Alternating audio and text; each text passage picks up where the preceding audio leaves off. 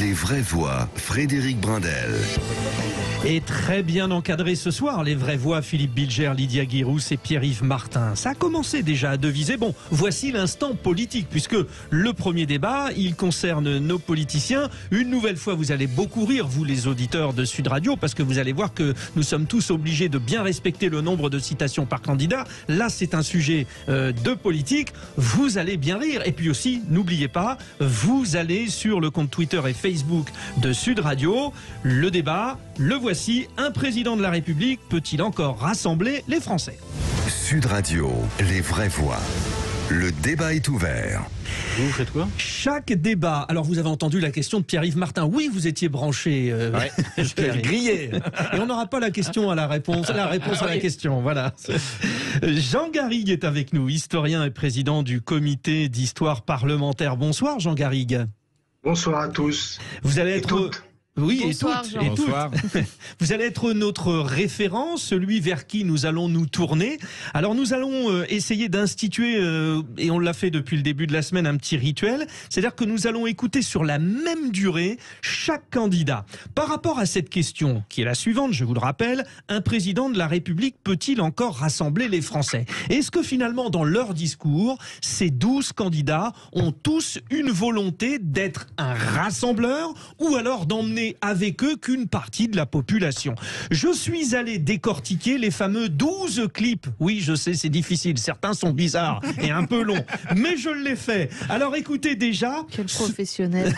Merci Lydia Guirousse. Écoutez déjà ceux qui vont dans leur clip évoquer le fait que nous sommes tous ensemble. Nicolas Dupont-Aignan. En démocratie, la décision appartient au peuple et à lui seul. Valérie Pécresse. Je vous promets de réconcilier, de rassembler tous les Français, quelle que soit leur origine. Fabien Roussel. J'aime cette France universelle, républicaine et laïque. Emmanuel Macron. À chaque fois, nous avons fait face. Unis, toujours. Jean-Luc Mélenchon. Construire l'harmonie des êtres humains entre eux et avec la nature. Et enfin Jean Lassalle. Je veux que renaisse en France le peuple souverain. Oui, on ne comprend pas toujours ce candidat, mais bon, vous avez compris que tout cela, les 6... Le sens général. Voilà. Et ces 6-là ont donc clairement évoqué dans leur clip leur volonté de rassembler, d'unir. Maintenant, il y a ceux qui sont peut-être dans une démarche principale différente. Anne Hidalgo. Il nous faudra écarter les extrémistes, les haineux, les adeptes du bruit et de la fureur.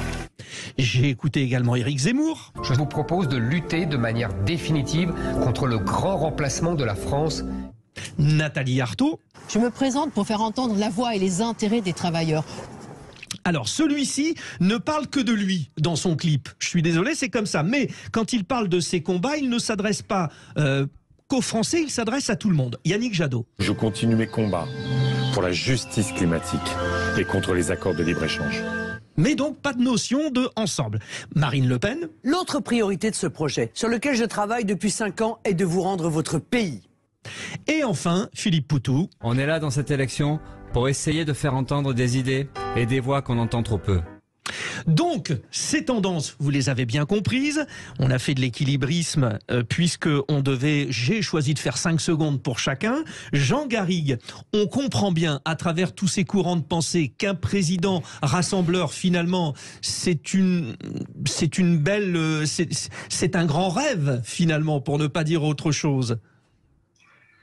C'est un paradoxe parce que les institutions de la Ve République ont été conçues par le général de Gaulle justement pour pouvoir rassembler au maximum le maximum de Français justement au second tour d'une élection, et on s'aperçoit que peu à peu cette capacité de rassemblement s'est étiolée au fur et à mesure que la Ve République se progressait. Alors il y a eu des moments où une élection comme celle de 2007, par exemple, où on a pu sentir une sorte de frémissement, celle aussi de 1974, qui ont été d'ailleurs des pics de participation, où il y avait le sentiment que derrière un projet, ou deux projets d'ailleurs antagonistes... Donc celui de Nicolas Sarkozy et celui de Valéry Giscard d'Estaing. Oui, c'est ça. Qu'une capacité de rassemblement était possible. Mais quand je dis 74, ça pouvait être aussi du côté de François Mitterrand. et en 2007, Ségolène Royal. Il y avait un peu cette dynamique-là. Mais c'est vrai que depuis plusieurs décennies, d'ailleurs, on s'aperçoit que le ticket d'entrée au second tour est assez bas. Hein, vous le savez, il sera sans doute assez bas lors de cette élection de 2022. Ce qui fait qu'un président de la République, finalement, il est élu avec à peu près 1/5 des votants. Qui véritablement appuie son projet. Les autres votent par défaut parce que c'est le moins pire ou parce qu'il redoute son adversaire au second tour. Donc ça veut bien dire qu'il est très difficile aujourd'hui de rassembler. Alors il y a des explications de fond pour donner des raisons à cette difficulté. Et je pense que rassembler sur une société qui n'a plus de repères communs, qui n'a plus de valeurs communes, et qui, je dirais même, a une sociologie de plus en plus éclatée, c'est évidemment, ça devient très très compliqué. Ça, c'est effectivement un premier élément. Alors, Jean Garrigue, on va faire le tour avec nos vraies voix, qui vont vous poser des questions, qui vont aussi vous faire part de leur opinion sur la question. Philippe Bilger. Mon cher Jean, évidemment, lors d'une campagne présidentielle, je crois qu'il n'est pas un candidat qui ne vive comme une obligation le mantra de promettre le rassemblement de tout le pays et d'être le président de tous les citoyens. Vous connaissez parfaitement d'ailleurs la difficulté de cette tâche quand on se souvient du mot de Rochefort qui disait qu'il y a des millions de Français sans compter les sujets de mécontentement. Et il est évident que c'est une tâche quasiment impossible. J'ajoute que certains candidats, et pour moi, ça permet de discuter leur légitimité, ne cherchent même pas à invoquer l'exigence de rassemblement, puisqu'ils opposent clairement une partie de la France contre l'autre, qui devrait, si on les entend, être dépossédés du droit d'être qualifiés de républicains. Si vous me permettez, Philippe, c'est exactement ce que j'ai voulu faire passer dans la petite sélection. Donc voilà. Mais vous l'avez fait passer, Frédéric, et il est évident que à partir de là, on ne peut pas demander à un président, sauf à ce qu'il ne soit plus, je dirais, empreint de la majesté et de l'omnipotence de la Ve République, d'être un président à ce point inactif qu'il puisse rassembler par son immobilisme au lieu de diviser par son action. Mais il me semble, et je vais dire du bien du président candidat, que celui-ci récemment a ouvert une piste lorsqu'il a dénoncé les agissements violents à l'encontre de Marine Le Pen en Guadeloupe en disant « Je combats les idées de la candidate qui veut rassembler absolument, mais je la respecte. » Il me semble que si nous avons une chance aujourd'hui de rassembler, c'est si nous parvenons à être respectueux dans la forme démocratique. Bon, on rappelle bien, hein, on évite un maximum de citations, mais Philippe le sait, hein, sur les candidats. Jean Garrigue, je reviens vers vous. Finalement, tout le monde est en train de se poser la question, hormis peut-être le premier président de la Ve République, le général de Gaulle. Et ça suivait bien sûr toute une période de guerre avec une vraie unité française.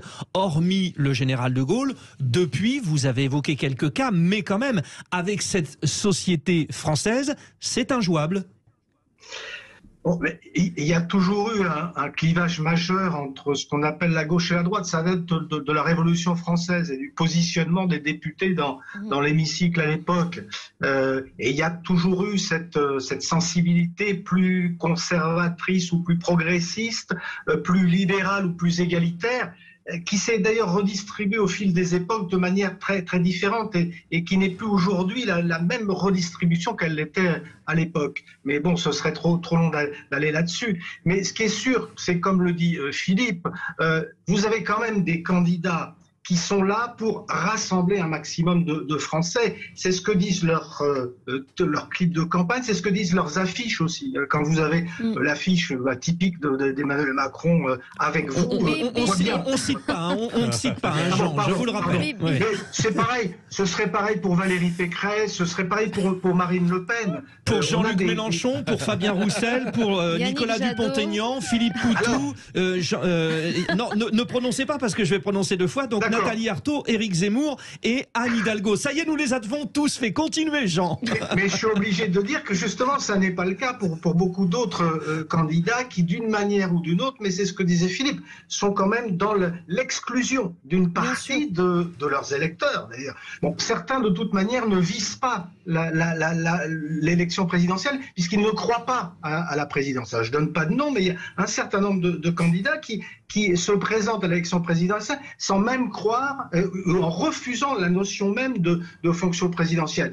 Ce qui est quand même une forme d'absurdité. Voire en voulant la mettre, voire en voulant la supprimer dans leur programme pour certains. Exactement, en voulant la supprimer. Notamment les deux qui sont à 0,5 dans le sondage du jour. Peut-être une réaction, Jean, de Lydia Guirousse, justement. Oui, moi ce que j'ai remarqué dans les extraits que vous avez passés des différents candidats, c'est qu'en fait, il y a ceux qui veulent être dans l'unité.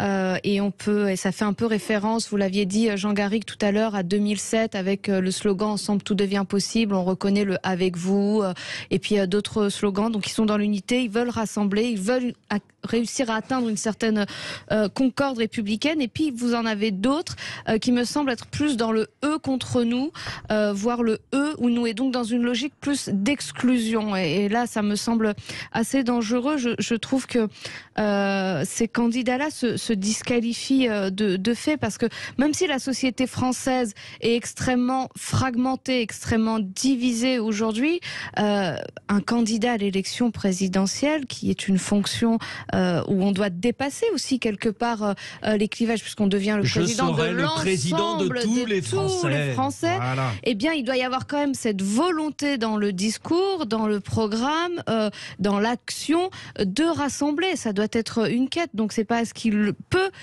il doit rassembler à l'élection présidentielle. On doit réussir à rassembler, et ils sont ceux qui n'ont pas cet objectif-là, me semble être assez dangereux pour la suite et pour l'unité du parti. Pierre-Yves Martin. Ouais.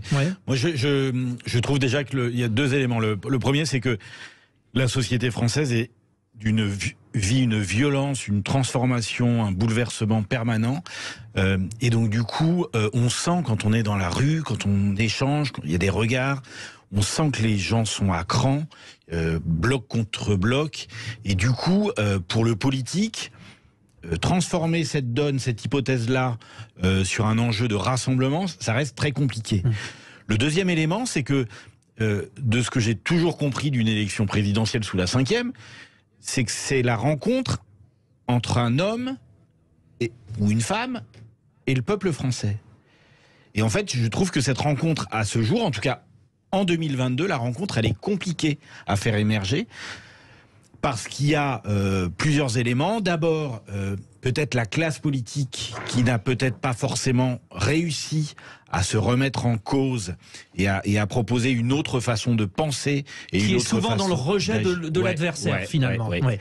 Et puis aussi parce que nous, citoyens, on n'est peut-être pas assez vigilants.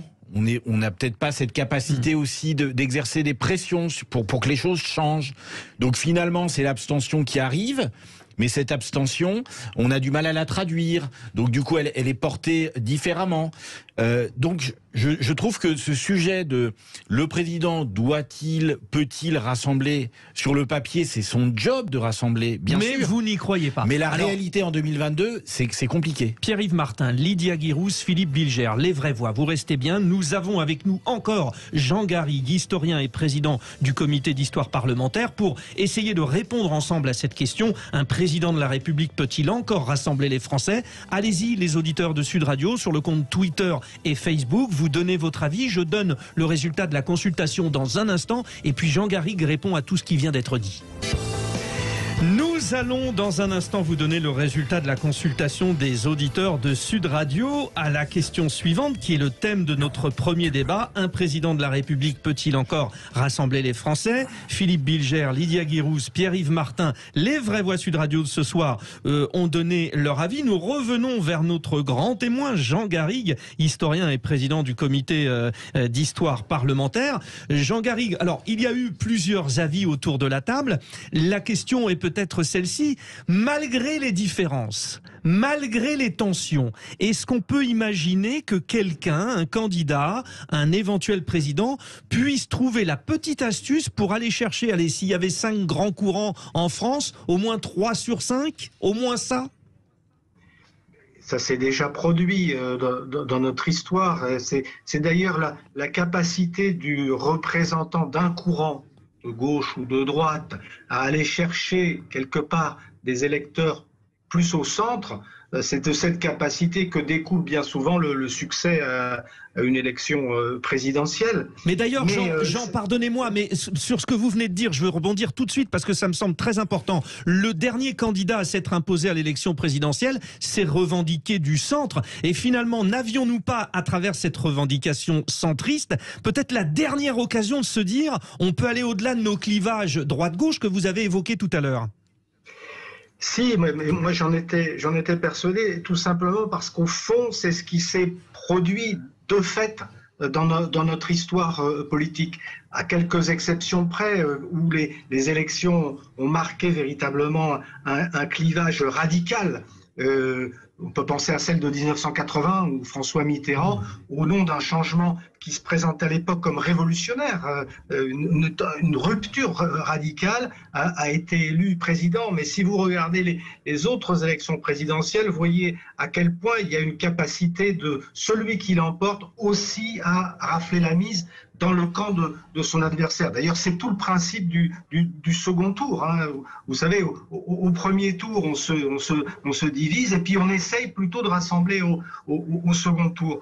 Mais c'est vrai que c'est la nature de la dialectique présidentielle qui a changé. C'est-à-dire qu'on a vécu très longtemps sur une dialectique droite-gauche. Et puis l'élection de 2017 a manifestement changé la donne, tout simplement parce que les grands partis qui portaient cette dialectique se sont effondrés et le président sortant n'a été que le syndic de faillite de cet échec des partis traditionnels.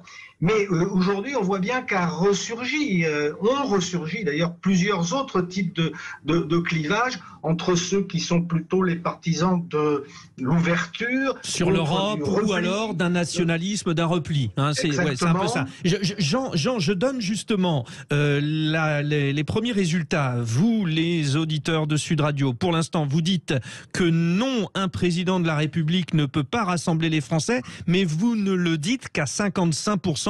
Contre 45% qui pensent oui. Philippe Bilger, une réaction ? Je rejoins en grande partie Jean, mais j'aurais besoin de son aval sur le point suivant. J'ai l'impression que la plus ou moins grande capacité de rassemblement dépend très précisément de l'ambition qu'on a de faire de la politique ou non. Prenons un nom que je peux prononcer sans problème, Jacques Chirac, d'un immobilisme somptueux. Évidemment, il pouvait finalement se féliciter de rassembler parce que il ne faisait pas grand-chose qui était de nature à cliver. Mais un véritable président, selon ce que j'évoquais tout à l'heure, presque inéluctablement, sauf à demeurer dans une passivité coupable, est appelé à cliver, à fracturer. Il ne peut pas espérer que l'ensemble d'une communauté nationale sera à ses côtés, et donc ça n'est pas toujours une mauvaise volonté qui empêche un président de rassembler, c'est tout simplement l'obligation qu'il a d'agir. Jean Garrigue. Je suis complètement d'accord avec cette analyse. D'ailleurs, le général de Gaulle, qui a été un rassembleur, pour des raisons historiques, mais pas simplement, parce qu'il avait su entraîner une majorité des Français dans un projet qui était celui de la grandeur de la France, de l'indépendance nationale, du miracle économique français, bon, tous ces éléments-là. Mais il était clivant, le général de Gaulle. Je veux dire qu'il avait contre lui presque la moitié des Français, en tout cas au moins 45% des Français.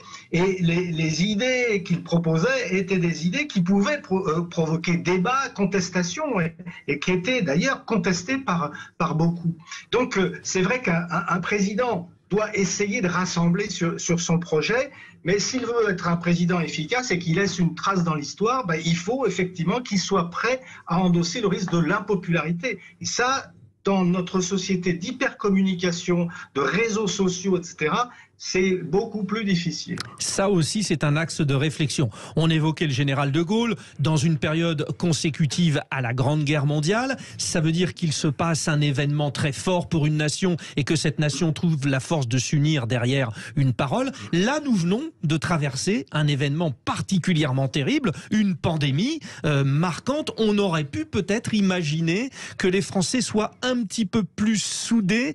Il y a eu ce sentiment à certains moments, mais là, ça vole en éclats. Pierre-Yves Martin. Oui, mais oui, on aurait pu imaginer que nous soyons tous un peu plus soudés à l'issue de cette crise sanitaire, si tant est qu'elle est finie.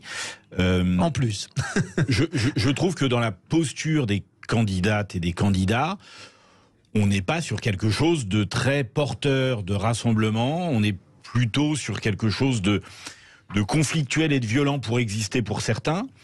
Ils le sont un peu plus pour l'histoire de la guerre en Ukraine, en revanche, un peu plus. Ouais, peut-être, je sais pas. Et puis beaucoup ont dit on soutient la démarche diplomatique du président de la République. Oui, alors on la soutient, mais et en même temps psychologiquement, dans l'opinion publique, il y a cette distance psychologique à gérer parce qu'une guerre c'est une guerre et que ça renvoie plein de choses consciemment ou inconsciemment, et du coup c'est difficile. On a peut-être tendance à se renfermer, à s'isoler, et en tout cas à ne pas faire vivre de lien avec le vivre ensemble avec l'autre, et donc du coup c'est toujours la relation à l'autre qui n'arrive pas à être portée notamment par la parole publique et politique, mais aussi parce que chacun est dans une individualité de plus en plus forte. Lydia Guirous. Vous voulez que je rebondisse sur quoi? En fait, sur ce qui vient d'être dit, parce que je vous vois à chaque fois réagir. C'est vrai qu'il y a plein de choses. Il y a beaucoup de choses. Je trouve que la crise sanitaire qui a été plutôt bien gérée, d'après ce que disent les Français, et en essayant de ménager et les libertés individuelles au maximum et en même temps une protection, puisque nous avions quand même ce Covid qui était là et un besoin de mettre en place des mesures sans arriver jusqu'à une obligation vaccinale qui était, de toute façon, on était en incapacité de pouvoir contrôler qui effectivement était vaccinés ou pas. Donc ça a été plutôt bien géré, et il y a eu évidemment des oppositions à différentes mesures qui ont été prises, que ce soit le pass sanitaire ou le pass vaccinal. Donc là-dessus, le président actuel et candidat a clivé. Oui, mais n'est-ce pas aussi avec ça, mais n'est-ce pas aussi avec ça, Lydia Guirous, qu'il se trouve en tête des sondages? C'est exactement ce que je allais vous dire, et ça rebondit un peu sur ce que disaient, il me semble, Philippe Bilger et Jean Garrigue. Il a clivé, donc ça démontre qu'il a eu une volonté d'agir, et les Français, au final, lui reconnaissent cette volonté d'agir et cette volonté de les protéger. Actuellement, on est dans une nouvelle crise avec la crise ukrainienne, et effectivement, la majorité des candidats, sauf quelques-uns à la marge, sont plutôt derrière le président et candidat, puisqu'ils sont légitimistes et qu'il y a une volonté d'union nationale dans ces moments très difficiles et qui engage aussi notre sécurité. Et donc, c'est là-dessus, oui, le clivage, la provocation peuvent démontrer aussi qu'il y a des décisions qui sont prises. On ne fera jamais l'unanimité quand on prend des décisions. Et il n'y a qu'un président qui ne prend pas de décision qui fait l'unanimité, puisqu'au final, il n'intéresse plus personne. La conclusion pour Jean Garrigue, que nous remercions d'avoir été notre grand témoin de cette question. Finalement, Jean Garrigue, cette fracture, ces différents courants de pensée ne prennent-ils pas d'autant plus d'importance que, ce que vous souligniez tout à l'heure, nous sommes dans une société de communication où celui qui est contre a peut-être plus de moyens de se faire entendre qu'auparavant aussi? Oui, complètement. Et une société, et ça a été dit par quelqu'un d'autre sur ce plateau, de surindividualisation. Oui. Et ça, pour moi, c'est la raison fondamentale de cette déliquescence quand même du sens commun, de la conscience démocratique, en fait, de la conscience d'être citoyen dans notre société. En fait, vous voyez, cet effet drapeau qui a bénéficié pendant quelques semaines au président sortant, il est en train de se déliter parce que la défiance plus exactement des citoyens est telle vis-à-vis de tous les acteurs politiques que finalement on n'arrive pas à se rassembler derrière celui qui pour l'instant est le président de la République. Et cette difficulté à se rassembler derrière la figure du chef, qui est pourtant une figure historique, qui suit toute notre histoire contemporaine, elle montre bien cette difficulté-là, justement, à faire commun, à faire sens, à faire République, en fait. Qu'est-ce que c'était enrichissant. Merci à vous quatre. Alors, les 3 vraies voix restent. Jean Garrigue nous dit au revoir, historien et président du comité d'histoire parlementaire. Encore merci, Jean Garrigue. Vous restez avec nous, hein, les vraies voix. On revient très très vite avec le tour de table de l'actualité encore.